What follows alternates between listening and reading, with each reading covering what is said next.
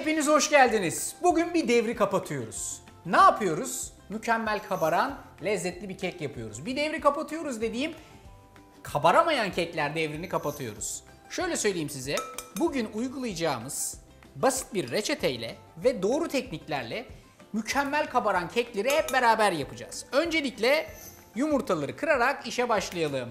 Altına da kaymasın diye bir mutfak havlusu, bir torşon koydum. Öncelikle bu 4 yumurtayı hafifçe bir tur çırpıyorum. Hafifçe çırptım. Yumurtanın sarısıyla beyazı birbirine karıştı.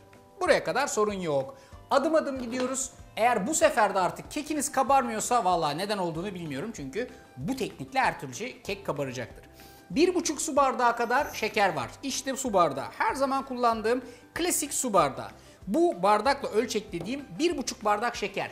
Hem yumurtayı çırpmaya devam ediyorum hem de şekeri yavaş yavaş ekliyorum.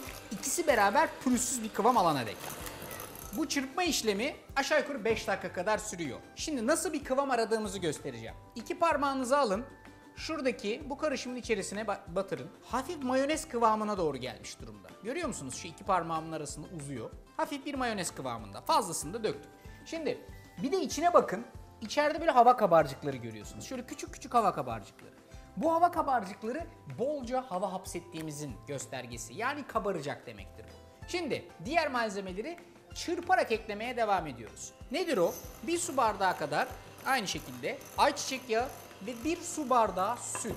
Bu kıvamını çok daha böyle yumuşak bir hale getirecek. Yaklaşık 1 dakika kadar da sıvıları ekledikten sonra çırptık ve artık buradaki mikseri tedavülden kaldırıyoruz. Kullanmayı bırakıyoruz. Çünkü niye? Bütün sıvılar bir araya geldi ve güzel bir kıvama geldi. Artık kurularla işimiz var.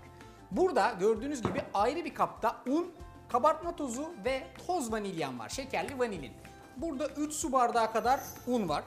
Üstüne 2 paket kabartma tozu ekliyorum. Üstüne bir paket de vanilya tadını yükseltsin diye toz vanilya ekliyorum. O da 5 gramdır. Yani 20 gram kabartma tozu, 5 gram vanilya. Ve bunların hepsini her şeyden önce bu kabın içerisinde bir çırpma teliyle, çatalla, kaşıkla, onunla bununla değil bir çırpma teliyle karıştırıyorum. Ekleme safhası mutlaka ve mutlaka bir tel süzgeç. Tel süzgeciniz yoksa bunu direkt olarak da ekleyebilirsiniz ama o zaman bu hafif topaklanmaların önüne geçmeniz birazcık zorlaşır. Bak şu topaklar var ya, bu topaklar. İşte bunların hepsini burada tertemiz bir şekilde aldık ve içeride hiç topak kalmayan bir un katmanımız var. Bu dakika itibariyle bir spatula alıyoruz. Asla, zinhar, kesinlikle iyi kabarsın, böyle ekmek gibi olmasın, kek gibi olsun istiyorsanız bu dakikadan sonra spatula ile çalışacağız. Bitti bunun işi. İçine eklediğimiz bütün kuruları bakın dışarıdan içeriye doğru bu şekilde alt üst edeceğiz. Bu işlemin adına mutfak tekniklerinde fold etmek deniyor. Çok havalı filan. Ama dışarıdan içeriye kapatarak karıştırmak derseniz o da yeterince havalı. İçeride böyle biraz topaklar, hafif böyle küçük küçük beyazlıklar görürseniz bu sizi korkutmasın. Hani bunları yok etmek için aman hiç topaklı olmasın, aman öyle böyle deyip asla mikser sokmayın. Bak kekimiz kabaracak. Söz veriyorum. Şimdi kekin farklı kalıplarda pişmesi pişme süresini etkiler. Ben bugün size gördüğünüz gibi bu şapka, ortası delikli olan kek kalıbında bunu pişireceğim. Çünkü görüntüsü birazcık daha böyle evlerde sevdiğimiz tarzda oluyor. İçini iyice yağladım.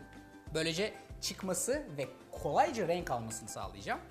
Bu kekin aşağı yukarı 4'te 3'ü kadarını kek kalıbının içerisine döküyorum. Bu kalana ne yapacağız? Bu kalana şöyle bir şey yapacağız. Bunu da kakaolu yapalım. Fakat İçerisinde yeteri kadar, olması gerektiği kadar un olduğu için bunu birazcık sıvıyla açmamız lazım. Yaklaşık böyle birkaç kaşık kadar süt ekleyeceksiniz. 3 bilemediniz 4 kaşık kadar. Sonra da bunun rengini hafiften döndürecek olan, ama onu da şöyle elekten geçirerek koyalım ki topaklanma kalmasın.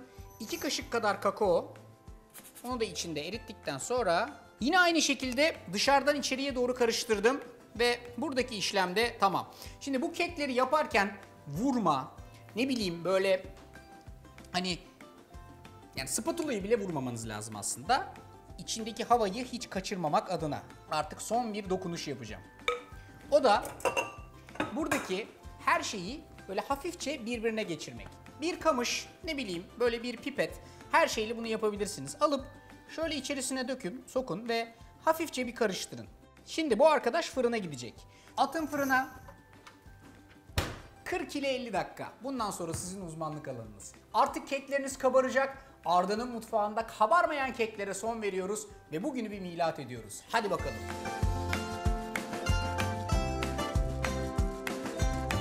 Keki fırından çıkarttıktan sonra bir 5-10 dakika kadar kenarda dinlendirmek lazım. Hafif bir kendine gelsin diye. Dedim ya, bu aşamada da hala sıcak, için pişmeye devam ediyor. Fakat artık ters çevirip size gösterebilirim. Bu en stresli an. Çıkacak mı, çıkmayacak mı? Keki dağıldı mı, döküldü mü? Kendinize güvenin ya. Bütün tekniği tam ve eksiksiz yaptık. Çikilops. Bakın, içi, kenarı, dışı tam renk almış. 10 numara 5 yıldız vaziyette. Süper kıvamda. İşte böyle bir kabaran kek yapmak istiyorsanız adım adım tarifteki her detayı uygulayacaksınız. Sonuç böyle olacak. Hepinize afiyet olsun.